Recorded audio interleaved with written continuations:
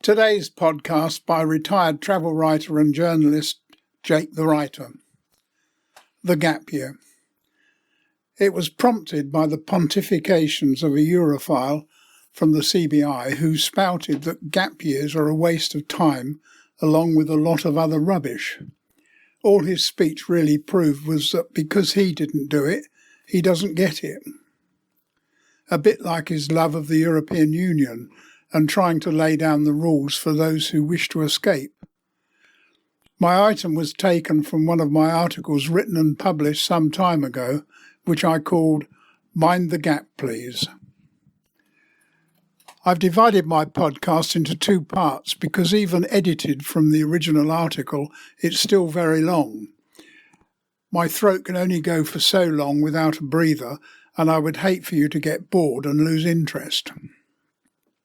Part 1. Why should students have all the fun? Gap years should be for those who have earned it and what's more, are old enough to appreciate it. Right, that's upset all of you who have decided to go and see a piece of the world before getting stuck into several years of study at university, having just escaped the struggle of our education system from the age of 5 to 18. I really don't mean to upset anyone. I just think if students believe that they have earned the right to a gap year, just you wait till you have graduated and then join the job market, the JOB market, working the statutory 40-hour week for just over the minimum age. We enlightened souls who work for themselves smugly call the job market the just over broke market because employers will never pay you more than they have to, object if you want to knock off early, and even if you spend too much time in the loo. But that's another hobby horse, and I'm not riding that one today. To return to the subject of worked-out wage slaves deserving a gap year equally with the student getting off the gravy train somewhere on the route between GCSEs, A-levels, university and job, so let us all plan to have a gap year whether we are 18 or 80. Everyone would benefit from it, from a gap year or even gap 3 months. Does it matter if you're going to work for 43 years or 44 years? Whether you take the time out to recharge your batteries at the beginning, the end or the middle. There's always the worry about taking time out and wasting time. At 18 it will be parents worried about the dreadful things that could happen to their little darling, and they will be trying delicately to suggest that you really should keep the momentum going until after you've graduated. Quote the anecdotal facts that fewer people drop out after year 1 if they took a gap year than those who didn't. Once you've graduated, qualified or whatever, the advice, that's cold water, will come again from parents who will have enlisted the battalion of grandparents who all will ignore the fact that they don't know what they're talking about, and the fact that you are not sure in what direction you want to go yourself right at this minute. Tell them this time that you need something more than nursery school, primary school, secondary, comprehensive, grammar school, sixth form college and university to fill in all those blank bits on the CV and application forms. By this time you will have lost them, so quote me, you need a break. Then, when too old to die young, you're tired out, worn out, battered by life at the job, having done your job as a wage slave for 40 hours a week plus commuting, and to put it politely, having seen better days, now you have the time and the inclination to take time out. You'll find that all the negative advice will be coming from all of your family. Grown-up kids, your grandchildren, all of them telling you that you need to put your feet up, not be thinking of offering your services and all your hard-learned skills to some Romanian orphanage. Thinking about Romanian orphanages, I must add a warning. In the early 1990s, after the execution of Nicolae Ceausescu, I allowed one of my staff to go on a 1-month paid sabbatical as a volunteer to help sort out the ghastly mess he had made of his orphanages. My well-meaning lady volunteer came back quite damaged mentally by the horrors that she'd seen and took some months to recover, so think carefully before making any decision. Believe me, your family's concerns are less for your welfare and mostly about you spending their inheritance while you're away. And who is going to look after your cat? Quote me, you need a break, not a rest. As for somebody to look after the cat, you could always put in a hyperlink between those who kindly took care of Tom and your last will and testament.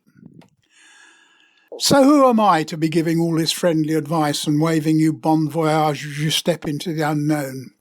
I didn't get to university. I left Naval College at 15 plus to travel twice round the world on a cargo boat. Some gap year. Actually, my first voyage took 15 months. Which was then followed by 2 years before the mast on a luxury liner plying the South African route, and then into the Royal Navy.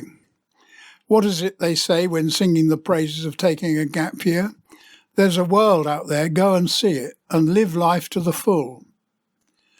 Well, I saw the world, I saw the sea, and I lived a life to the full, and when the time came to settle down, I still didn't know what I wanted to do.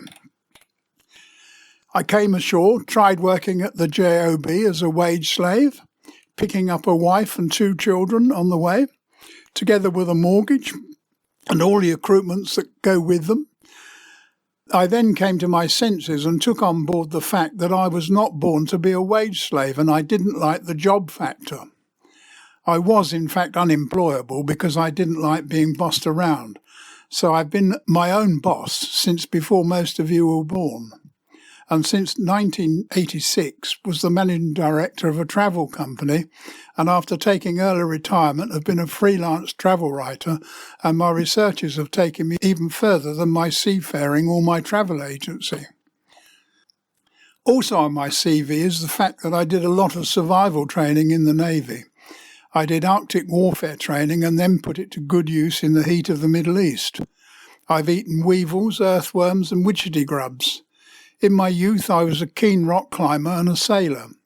I've taught outdoor pursuits at an outward bound school in the north of Scotland. I possess a qualification in mountain leadership from Brennan and a Board of Trade Yachtmaster certificate. So, as the lovely Gloria Gaynor tells us, I will survive. I'm not breaking into song. I now travel at leisure, for pleasure, with my much-loved and long-suffering wife. My 2 married kids have added 2 grandchildren who are now adults. And because I've always been somewhat of a free spirit, I believe my granddaughter calls it a loose cannon, I get no grief when we decide to just go. And my lovely daughter looks after William, my Burmese cat, he being an adventurous spirit like his butler, that's me. And he likes a change. Sometimes he packs his bags and takes off to stay with my sister for his gap year, week or months. Anyway, that's my CV. A much-travelled, wrinkly, nearly crinkly, much-researched travel writer who's been there, done that, and had all of the corners knocked off on the journey. Do you have to have a reason? Why do you want to travel? If you're doing it for any other reason than because you want to, maybe you want to see the world before it's too late, maybe you want to see life, maybe you want to appreciate how the rest of the world lives, maybe you need to find yourself. Any other reason, don't do it. It must be your decision, it's your life, and so do it for yourself. No other reason. Deciding to take a period of time out and then deciding how to spend it may not be as momentous as some other life decisions, like getting married, having babies, choosing or changing careers, but it's still a big decision. It certainly takes guts, and that's an essential ingredient in achieving a break in your lifestyle. The hardest part is the summoning up the determination to just do it. No book can make the decision for you. All outsiders, even someone who knows the ropes, can do is set out the possibilities and see if any of it takes your fancy. Do as much research as possible, Ask yourself if you can imagine yourself trekking through a Costa Rican rainforest, or teaching in a Tanzanian village, or studying art in Florence.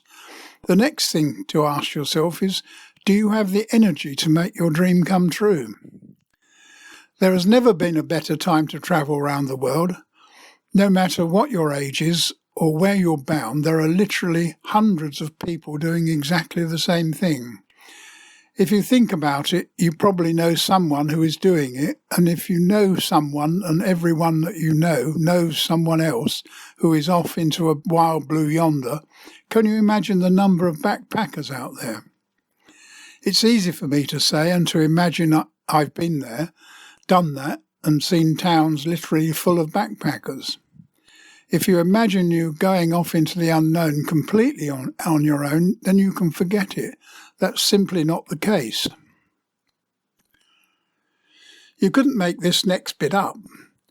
I've a chum who went to get away from it all to Ulaanbaatar in Outer Mongolia and found that the place was full of backpackers.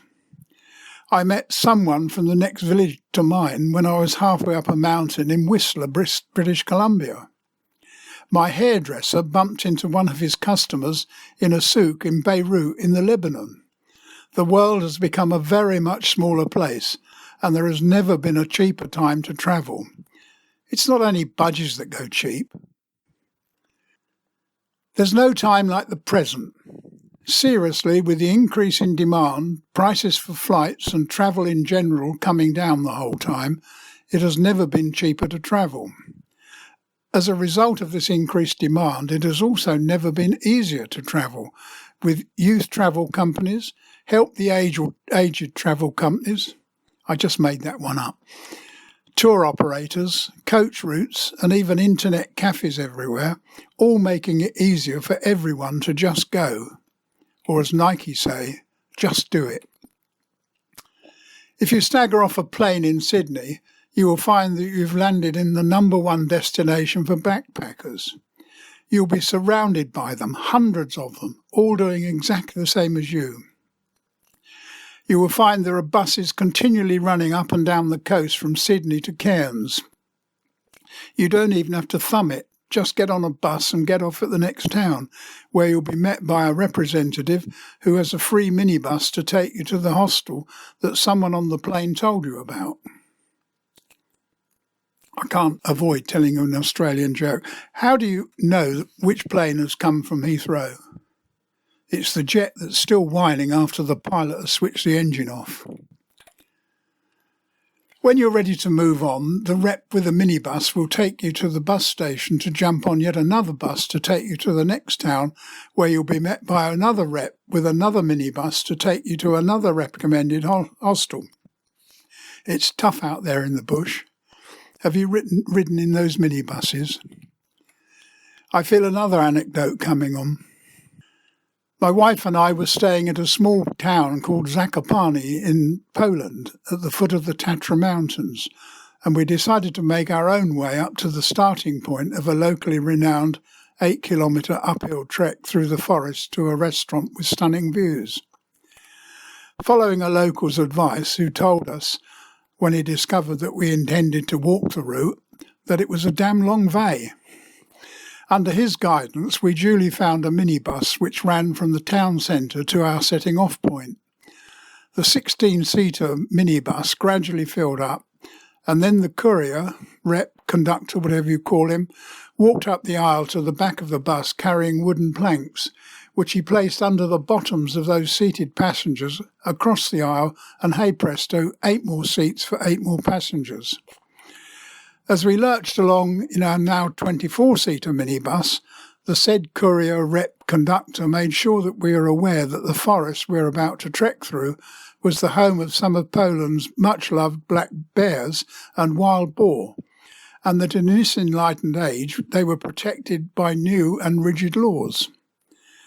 I know that his English was rather broken, unlike my Polish, which was non-existent, but I believe the message he tried to get across was that the bear and boar are protected. Rubbernecking tourists were not, and we were not to protect ourselves if we were attacked by wild animals. All you have to do is find a man who does. I digress. All over the world, not just in Australia, there is a well-trodden backpacker trail, and everyone you meet will be on it or have been on it. Every time you meet up with someone, you will find yourself swapping travellers' tales and ideas over a beer or two. Have a look at the website www.backpackereurope.com, which is a brainchild of an American and veteran backpacker, Karen Henriksen. This site is a gem for any young person about to embark on a grand tour of Europe. Even before you leave, the best advice comes from someone who has already done it. They will have learned the hard way, so talk to your friends and acquaintances who have hit the road of the volunteer trail abroad. Make use of the internet to locate travellers who have done it before. You could even find a pub in Earl's Court and chat to a few Aussies going walkabout the other way, if you like. You then must sit back and cherry-pick all the good and bad advice and try to make sense of what makes sense to you. You will have to filter their advice based on prejudice on one hand and bravado on the other. All of the advice in the world is useless unless you make a personal approach to every particular situation. Thanks for listening to part 1. I'm stopping for a short R&R and hopefully I'll see you on the flip side.